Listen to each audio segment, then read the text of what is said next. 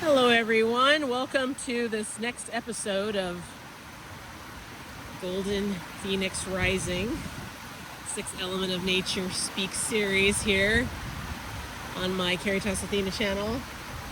Welcome, welcome. We are here once again at River's Edge, and I am the voice behind the camera. The presence of my essence is all that is needed because Big Mama is the main star. I'm the sidekick.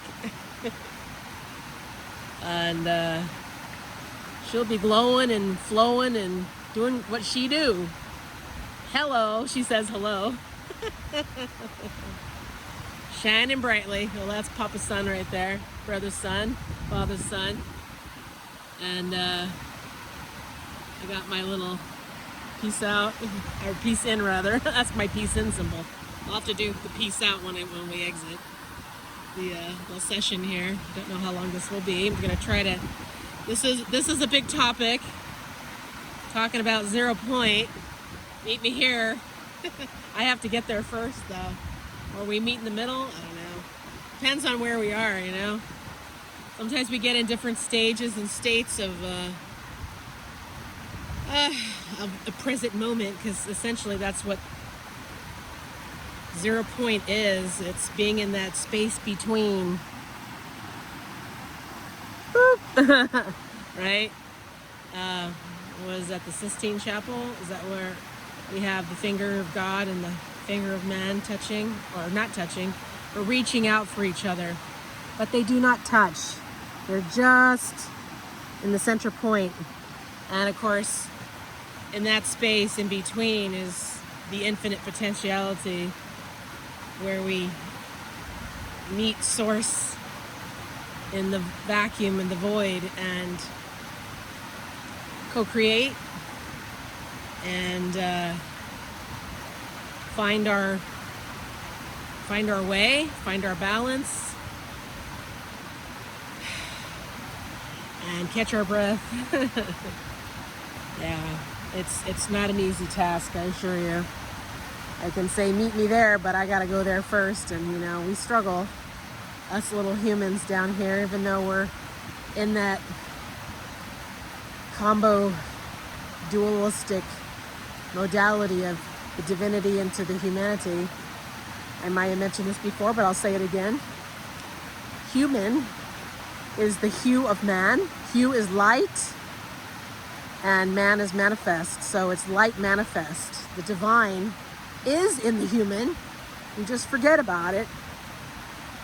And we need to remember, remind ourselves back to reconnect to our life source. I call it the source of the force. So it's with us always. And we have the free will choice to remember who we really are as infinite beings of light and love from the core source of creation, which is pure love and light. It's an energy frequency, right? It's it's undefinable, unquantifiable, and undeniable. Because you can't really explain it, but you know it's there, it's true. It's Tesla saying that I know I visited the core, but I've never really penetrated all of its mysteries, but I know it exists, right? Paraphrasing. Not the exact quote, but it's in there. And it's up to us to reconnect to that frequency as often as possible and live therefrom. Because it gives us breath, it animates us, it brings us to life. It is our creator. We are spark from the infinite spark.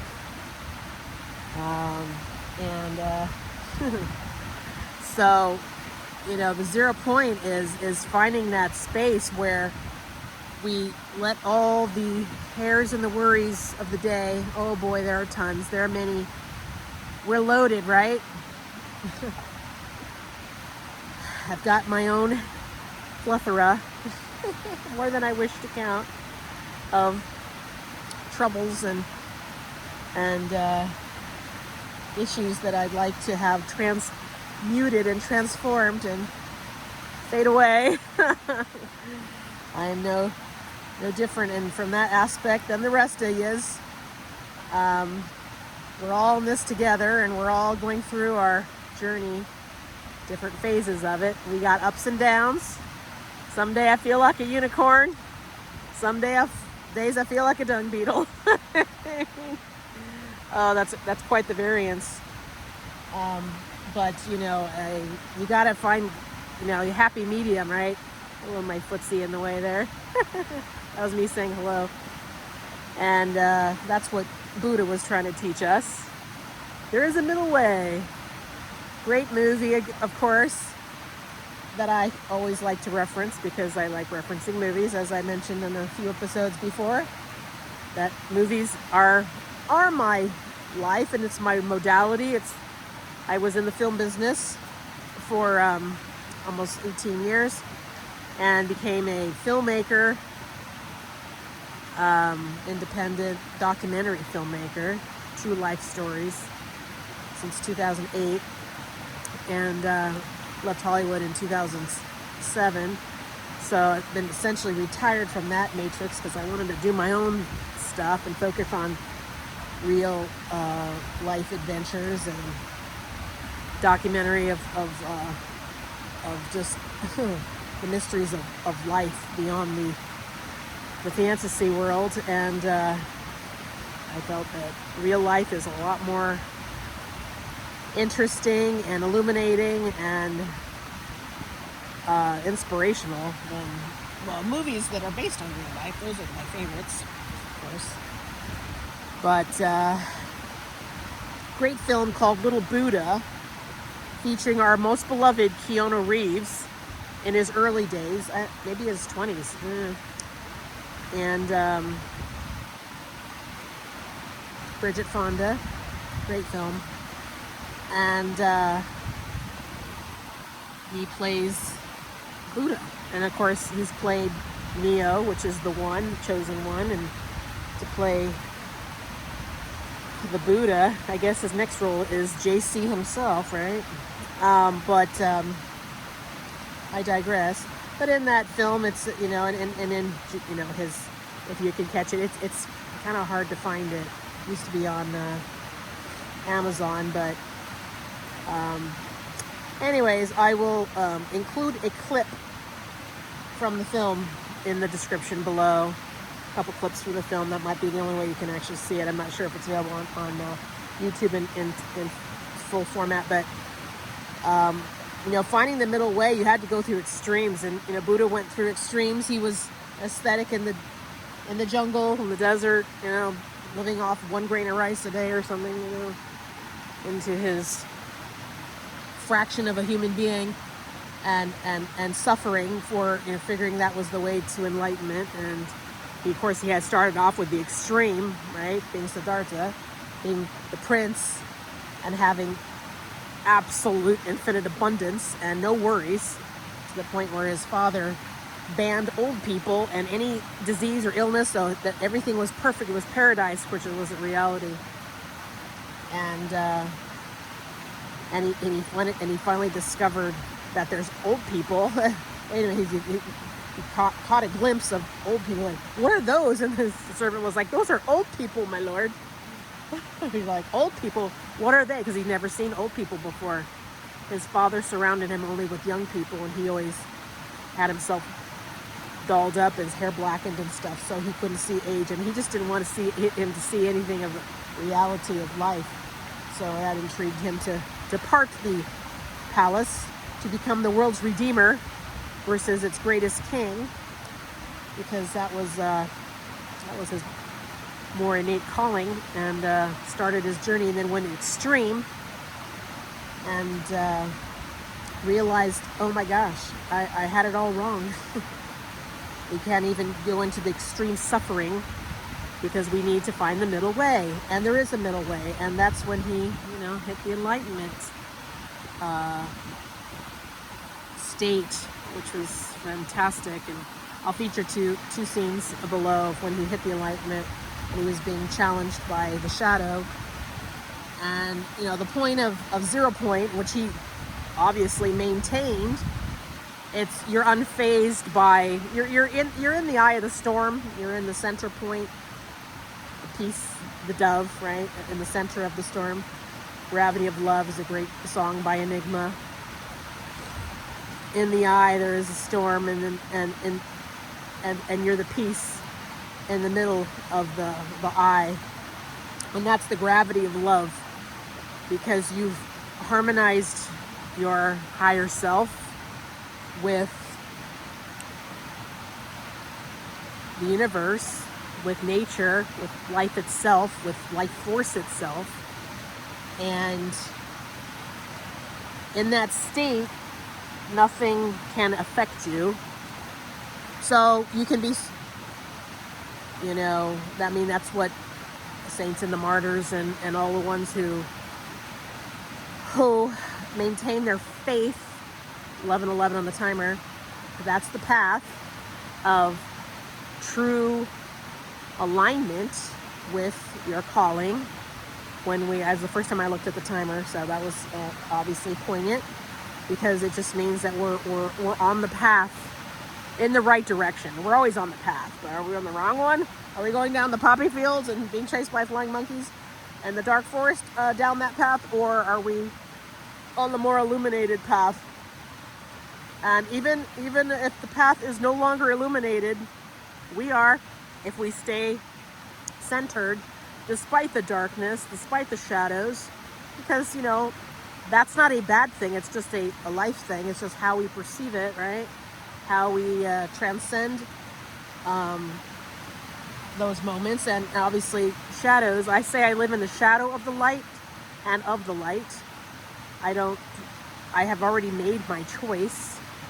I'm not choosing 12:12 on the timer. I'm not choosing the darkness. Actually, that equals 3-3, which is 0 point again. 0 point code is 6. That's the code for infinite love. The code of 6. It's 0 point love.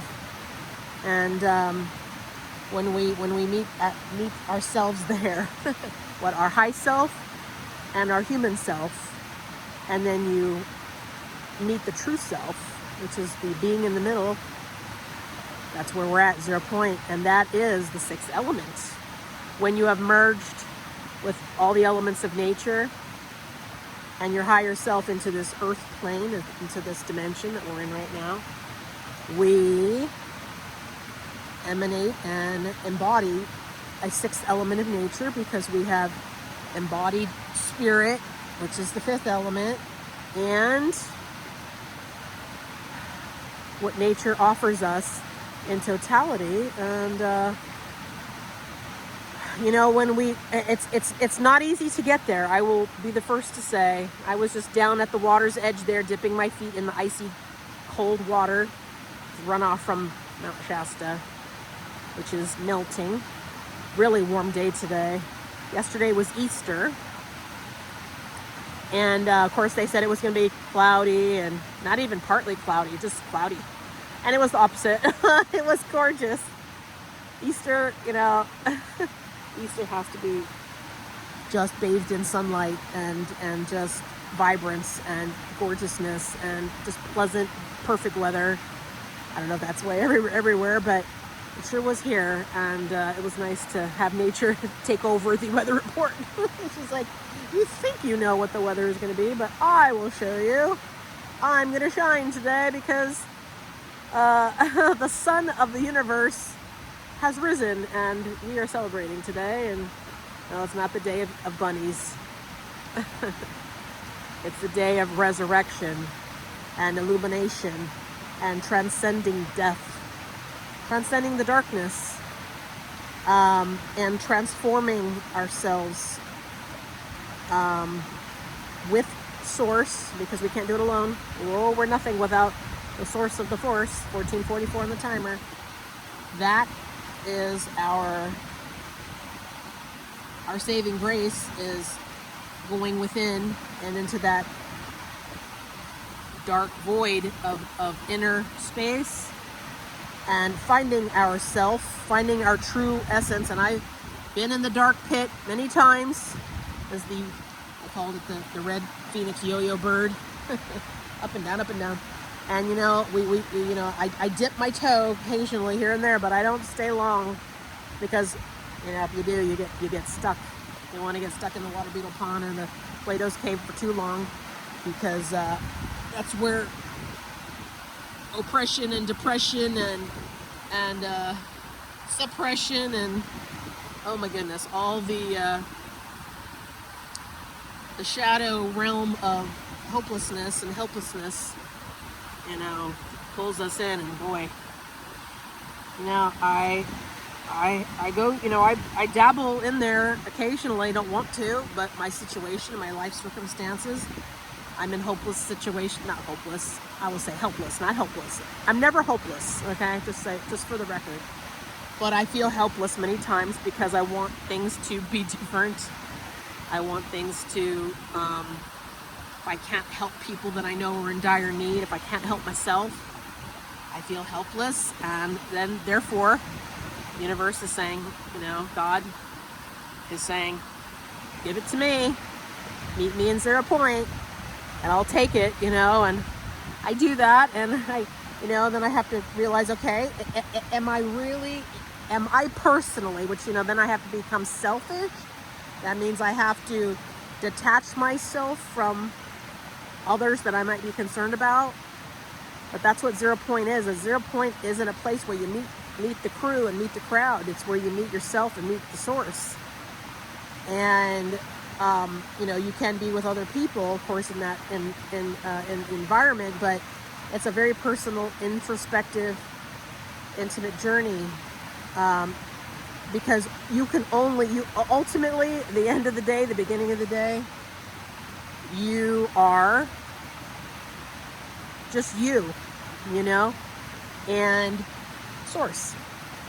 Because if we haven't aligned to our own inner state and our own sovereignty of inner control, which is how we respond to things, right? We're no good to anybody. It's about putting the oxygen mask on first. We have to ground and balance ourselves first, and that's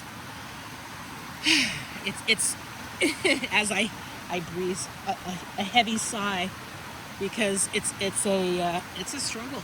I mean, I'm the first to admit that. I'm not telling you, I'm not blowing smoke up your behind and sugarcoating doo-doo, okay? Because that's not realistic. Life sometimes sucks rotten eggs, and it isn't a box of chocolates. Many times it's it's worse. You fill in the blanks. But you know, life is what we make it. And sometimes, oh well, I didn't cause this, I didn't want it to be this, yeah, no kidding, I'm going through my own trials and tribulations as we speak. And my walking down to the river, as being on the river's edge, I was in my own pity party of woes and struggles that I didn't know what to do, how to transcend them. I didn't know how to deal with them. I keep surrendering, to source and to what I think is a 0 point, and trying to be present. It's the here and now, right? And being a person who is an empath and very conscientious and caring and compassionate for other people, when I can't help them and I'm in that state of helplessness and I don't know what to do, but yet I might, is there something I can do? You have to keep surrendering, because it's not up to you. You can't be the savior for everybody. And I went through that struggle for many years, because I was, being a philanthropist and a sponsor and a benefactor, right? That's my profession. And a humanitarian. So that is somebody who gives a lot. Gives everything. I gave too much. I didn't have my balance in that giving, because when I see anybody suffering or struggling, I want to jump in and leap in head first, without thinking, just feeling and trusting my heart. So I would think that that was the best thing, and help that person in need, or help that family, or help whoever, that I saw struggling, because I wanted to make it better. But, you can't be everybody's hero. You can't be everybody's savior. And especially when you're, in a deficit for it. The Bodhisattva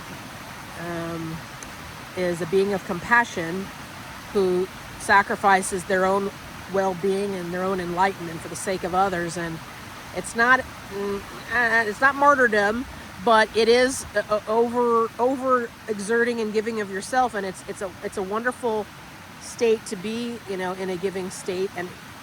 But you gotta at some point pull back and realize, maybe I'm doing too much. And especially when you start getting depleted and your energy is not imbalanced, and you need to pull back, you need to detach, you need to internalize, my favorite phrase, and find your 0 point again, which is you being in balance. And balance is giving and receiving. And we always forget the receiving part. We don't seem to take care of ourselves. Oh, no, we're supposed to get, no. Universe is trying to teach us self-love, self-care. And boy, that is a lesson that nobody have really focused on many years before, right? Even just if you're a good, spiritual or faith-based person, Christian or otherwise, Jewish, any form of a stabilizing religion, it's all about, usually the baselines of the predominant ones is about loving your neighbor as yourself, and caring and giving and honoring and, each other, loving each other. Those are usually core fundamentals of most of the primary religions out there. But I'm not religious, so to speak, anymore. I grew up that way, but I'm spiritual. So I'm in another level, 22 on the timer, which is infinite potential. I'm in another state of all-encompassing faith, which, as Jesus was one as well. He embraced all religions, all modalities of beliefs, and it wasn't. He didn't say become a Christian. He didn't say that. Religion was formed around him, as well as Buddha, and all they were trying to show us was not, worship me so that I will be the center of your religion. That's not what either one of those teachers and way showers came on earth to create. They were just trying to show you a process to bring yourself to center point, 0 point, and align with your higher self, your true self, your nature, and the creator, your the source of your creation, and so that's essentially what we're all striving to do. And I'm teaching myself, or reminding myself as we speak. I always learn, because this is universal wisdom I'm speaking. This isn't Caraism, Cara speak. No, this is nature speak. I'm just a fellow element, one of her elements, speaking the truth as I learned it, as I remembered and reminded myself to the cosmic truth and higher consciousness and deeper wisdoms. And yeah, a lot of it was innate in my being and got activated through my journey. But I chose to put myself in harm's way. I went toward red flags. I went toward karmic, toxic situations. I didn't mean to. I didn't want to. I felt guided to do it because I had already kind of found my peace and found my balance. And I was I was in such a state around 2012, 2013, and I was in a very heightened, enlightened state of being, and I got tricked. No, I didn't get tricked. I got tagged. I got triggered into going back to the matrix that I just left 6 months before. I left it all behind. My family, everyone and everyone I knew, my family that I'd known for 44 years, they all, and it was Plato's cave all the way. I got released from the chains that bound because I chose to, and went off with my one little Corolla and a little Honda Accord worth of belongings, and found my, with my life savings, to just put myself into the world and give myself to the world, serve beyond myself. And so, my family, of course, after I'd been acting that way for a year or 2 years, thought I was Looney Tunes and kicked me to the curb, just like in Plato's cave. When you go back and you say, hey, I learned this, I discovered this, and they're like, you're speaking gobbledygook and woo-woo, and you're a freak, and you lost your marbles. And I'm sure back in the day when you talked like that, you got committed. You got sent to the loony bin farmer, sent to the convent and the monastery, and or worse. I no longer had a support system. My family no longer supported me, trusted me, aligned with me. It was just, it was like my little dragonfly self was talking to the water beetles, and they just had no clue what I was saying. I was on another frequency. It was like high definition radio talking to AM radio, and we were just on different frequencies. And I was short circuiting. It was killing me. I literally felt I was having a brain aneurysm, overdoing things, and when you're out of sync, out of alignment with your core essence, especially when you it gets activated or turned on inside of you, switched on. The Grail codes were activated in me, and I was becoming who I really am. But that means I was unbecoming who I was. And I was very much like an alien. My husband said, you're like an alien now. And it's like I was living with a stranger after 24 years of marriage. I no longer could relate.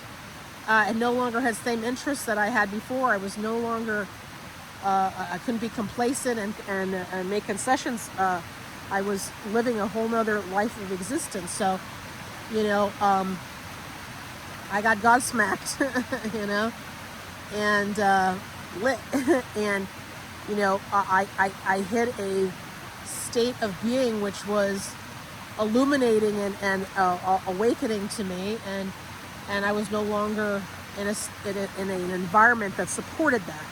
So hitting my 0 point was finding my state of being and trusting that, and unfortunately that those states require sacrifice and some suffering, because you have to let go what you were before to become who you really are. And you have to reinvent yourself almost every day, really, because it's a daily commitment, because you're like, oh God, what was I thinking? And then you have to realize, wait a minute, I am in my higher state. I am in the state I should be in, my joy of being. I'm doing and being who I really am. And if I'm being condemned and crucified and devalued and mocked and ridiculed and judged and who knows what else for how I am and what I'm doing and how I what resonates with me, then you got to go out of that environment, and you got to go into your your solid state. And that was I was putting myself in a solitary space, living in an apartment by myself, and I never felt more alive. I never felt more balanced and whole and complete. And it's not anything against anybody before. It's just, you're only at a certain capacity, and you're operating at 50% level, and that's all you know. And you're 100% at your 50%, and then you kind of go to the next 10% or 5%. And you just, levels of inner peace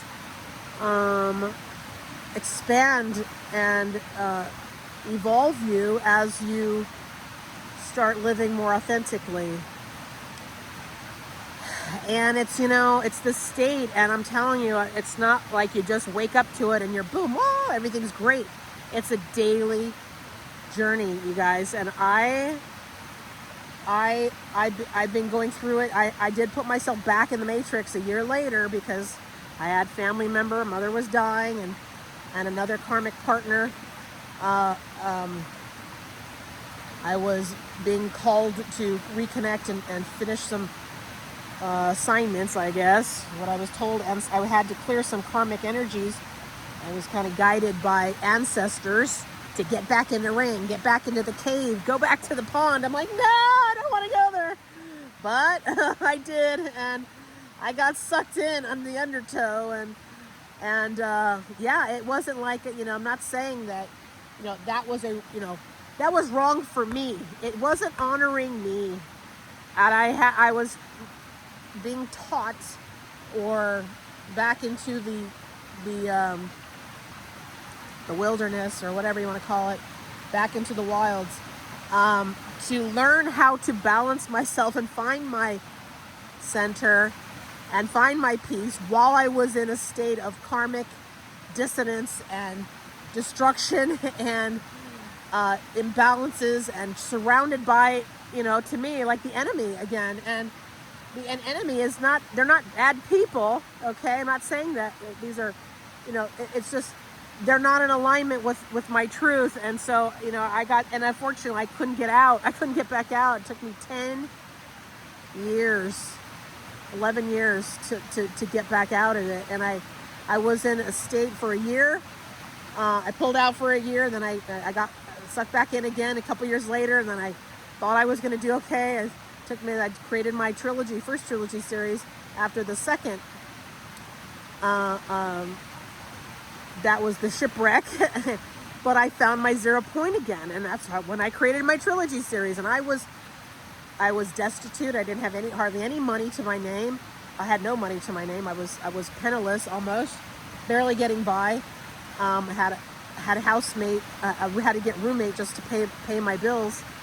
You know, I found myself again. It took me about 8 months or so, 9 months to get there, but I finally rebooted and recalibrated, and that was where I found my center again. And then I shared, you know, I recorded many dozens and dozens of video journals explaining my journey, and that's what's going to be coming up in the next trilogy series. And there's just so much. I mean, I'm just giving you the highlights.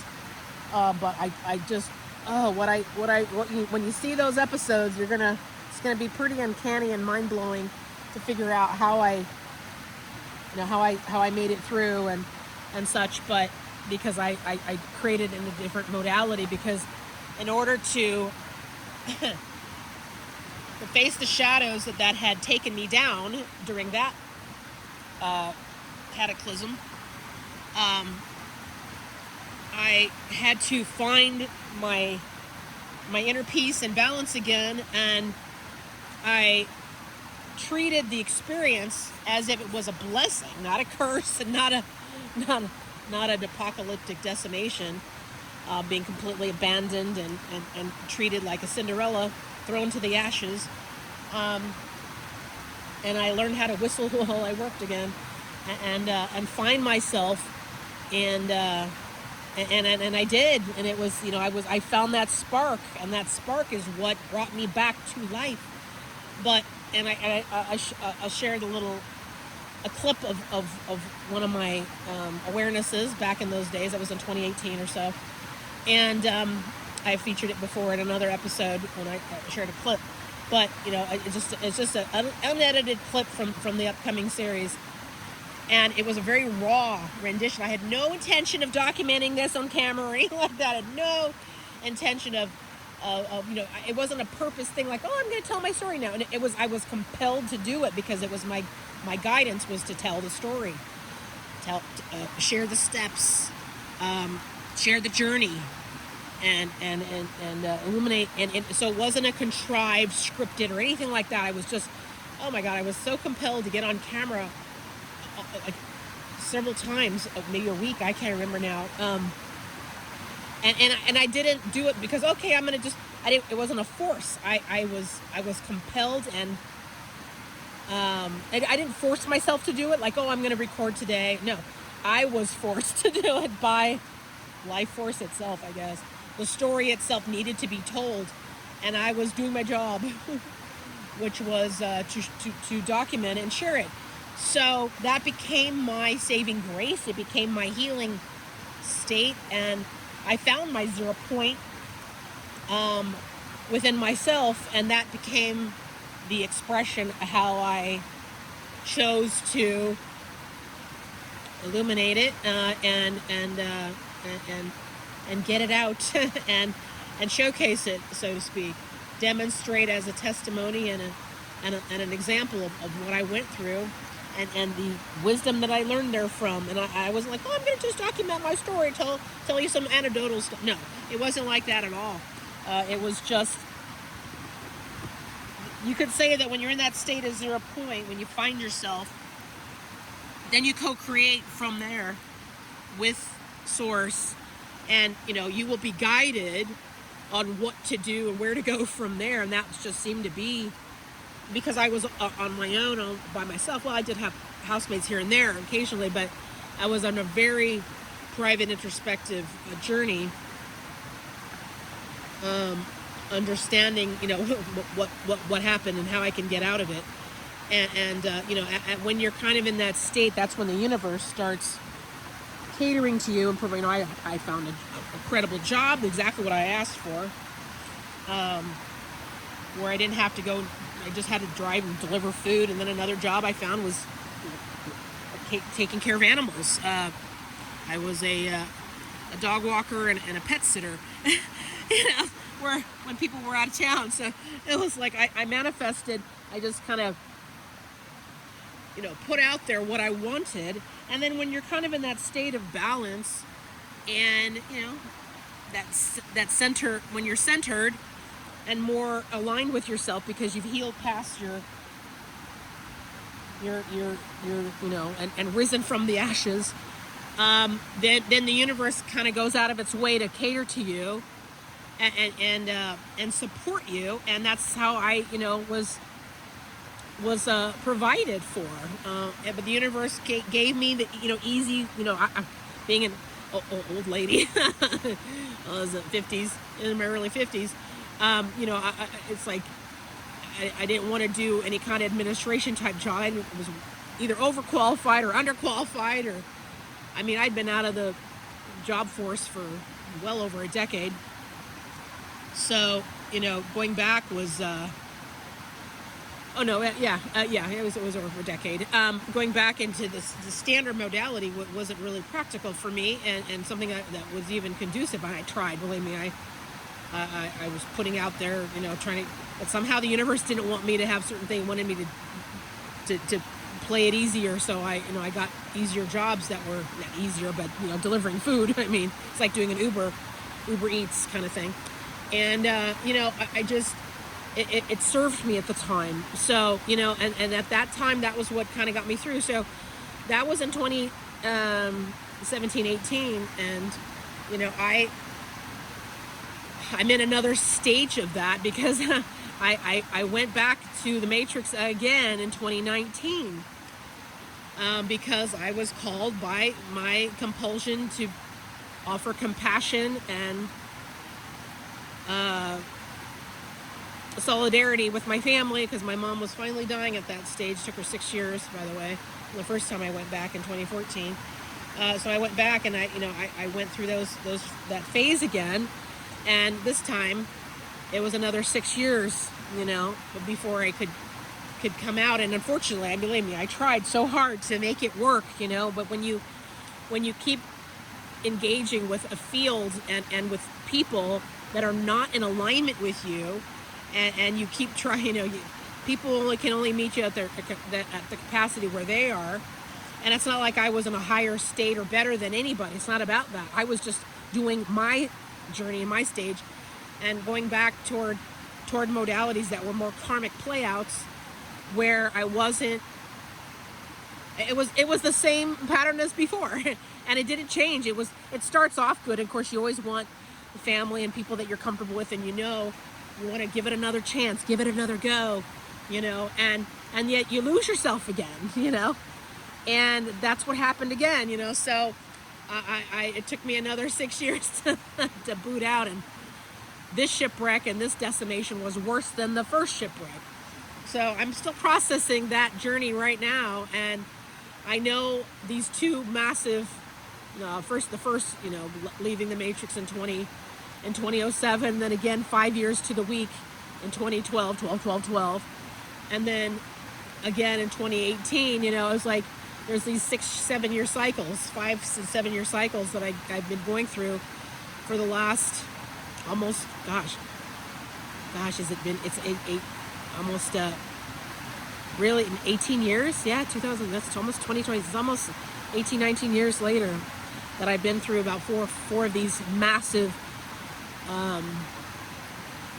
leaving the Matrix stages, and it took all this time, you know, and I went back because I felt I needed to learn some things, and I made these choices. Nobody dragged me and forced me. I said yes when I could have said no, right? And you could say I regret. I shouldn't have done that. I should have known better. I've already had the writing on the wall. But you know what? It takes you out of your... It took me out of my center again. It took me out of 0 point. So, like, of my state of presence, my state of balance, my state of peace. It disturbed my peace. And, you know, I had to learn how to find my peace and find my balance and find my space, find my center, find 0 point again amidst the chaos. And, that, you know, when you're in the eye of the storm, that means a lot of storm around you. And you know, it's like you can see it and you can feel it and you smell it and you know it's right there. And you get caught up into it. Some debris hits you, right? Even if you're in the eye of the storm.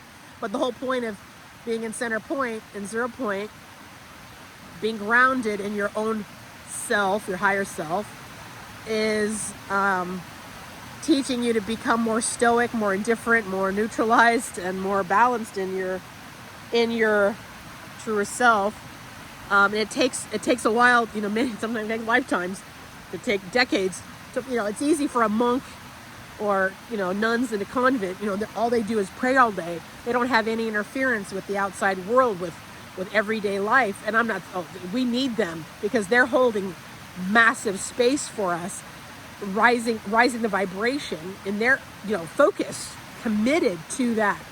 So no shade on that. I'm just saying, you know, when you're evolving yourself into, I've had many lifetimes in the convent and in the monastery, I assure you. I know at least 3 or 4 of them, at least, maybe more, that I'm aware of. And could have been much more than that. But I'm in my state of life now where, you know, you have to learn how to, you know, to face and be your true self amidst the chaos and amidst the rapid the rapid movement of life that's wanting to take you into its diversion and distortions and chaos and swallow you up again, right? And you know, the whole point of this journey is to learn a discernment and to balance ourselves when we're constantly hit smack with a wave of confusion, decimation, you know, judgments, situations that just, you know, call them tower, and you're kind of going down, you know, with the you know, another shipwreck hits you, another you know, just, you know, you hit the stops and the blocks, and you know, things are going smooth, and all of a sudden, boom, you know, something hits you, and you got to deal with it, you know. So it's how we respond every time, how we get up, how we return to 0 point and find ourselves again, and then remain in that space in between, you know, where it's present moments, and in this present moment state, you know, some people are not in a good place, and that's why, you know, for me personally, I'm okay. 4 on the timer right now. I'm okay right now. I I have beloved ones and that are struggling, and I have issues. I have bills that are due that I don't have the resources for at the moment. I've been, you know, in a financial deficit because I overgave and gave all my belongings away, gave all my resources away to help, you know, my humanitarian altruistic endeavors, and unfortunately there's a lot of betrayals and misalignments that caused severe deficits in my movements, and affected me in a negative way, and I kind of had awarenesses that if I go that direction, that this could, you know, be a big risk and take me down, but I had faith that I could, you know, manage through it. And sure enough, unfortunately, and not that I called it on, but I was aware of the potential, took a risk, you know, investing or supporting, you know, these particular entities in my life that were, you know, that I was called and wanting to help. And as a result, it, you know, I overgave and overdid, and as a result, you know, I was worn for the wear and completely bashed against the rocks, you know, in the waters, and I got taken out and down and shipwrecked again, you know, and you know, how am I going to react this time? Am I going to get back to 0 point easier or not? It was harder this time than it was the last time, I feel. So, you know, and yet I'm still processing, you know, getting to that space. So we have to really, you know, understand what the journey is about, and persevere by the grace of God, by the grace of the Spirit, and, you know, following the ways of Buddha and Jesus and all. And I'm sorry, those are the ones those are my two particular way showers and primary guides, as well as other incredible ascended masters who have been through the journey and, you know, gone through the motions. St. Francis and St. Germain and some others that are oh, I see this huge ant. It's like an inch long. It's so big. It's on my little stand right now. He's absolutely huge. I don't think I've seen an ant that big before. Anyways, I might move the camera down so you can see him. Where is he? There he is. A little auntie, or a big auntie, little guy. He just wanted to come and join the party here. Anyways, as long as he doesn't jump on me, we're good. But anyways, they might be crawling on me as I speak because I'm on the ground here, up against a tree. So, anyways, that's kind of what I wanted to take us to right now. I think the sun is setting, so we're gonna go into our farewell timeline here. And we'll see what the next journey brings upon us. But, you know, I'm hoping the state of you know, infinite potentiality is really what 0 point is. And I am speaking to myself and reminding myself to stay the course and stay centered and keep trusting that as long as I stay present and not keep repeating about the past and, you know, regurgitating the same script and the old beliefs that put me in this doldrum and in my own little pity parties, and don't, you know, get lost in the future and stay as present as possible, then that's where 0 point can serve us the best. And I am one who is craving that transformation and transcendence myself, because I'm going through it. I'm right there with you. We're all going through our own journeys together in different phases of it. And I hope some people out there are already beyond and probably aren't listening to this one.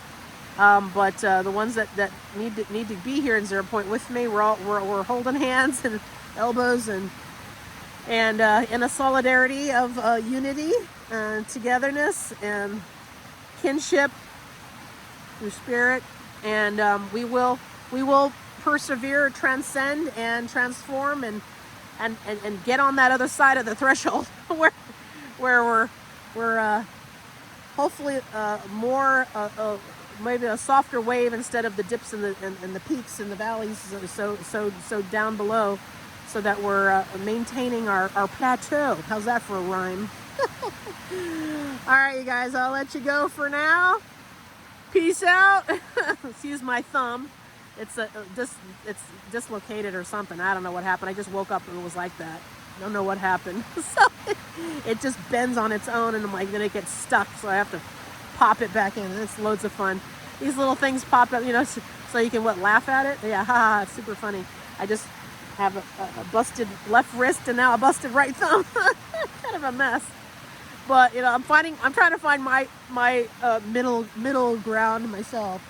So I'll catch you on the flip side. I'm currently in production for Trilogy 3 right now, which is the ultimate resurrection transcendence, living the fairy tale life, and I'm processing it as we speak. And you know how fairy tales go. They start off really, really bad. Like I said, you're either chased by flying monkeys or hunted by a wicked witch or some evil sorcerer, right? It's the journey.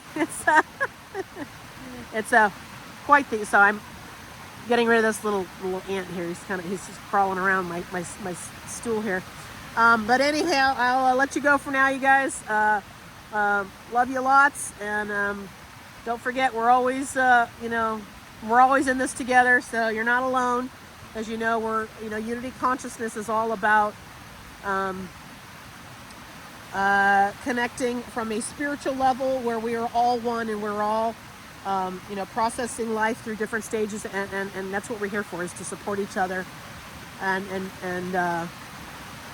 nurture yourself, nurture your nature, nurture nature itself, and remember that you can always come back to nature to get that reboot and reset, and give it to her. All right, put yourself flat back on the ground, face down if you want.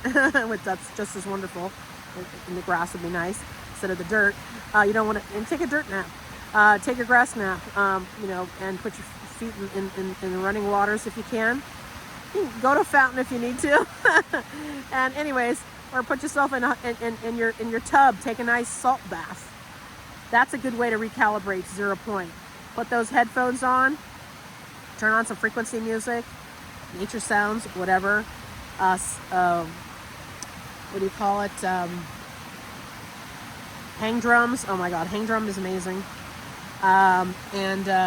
Just reboot, reset, recalibrate, get yourself back to center point, and then start from there. And then that's how you catch your breath, right? All right, you guys, take care.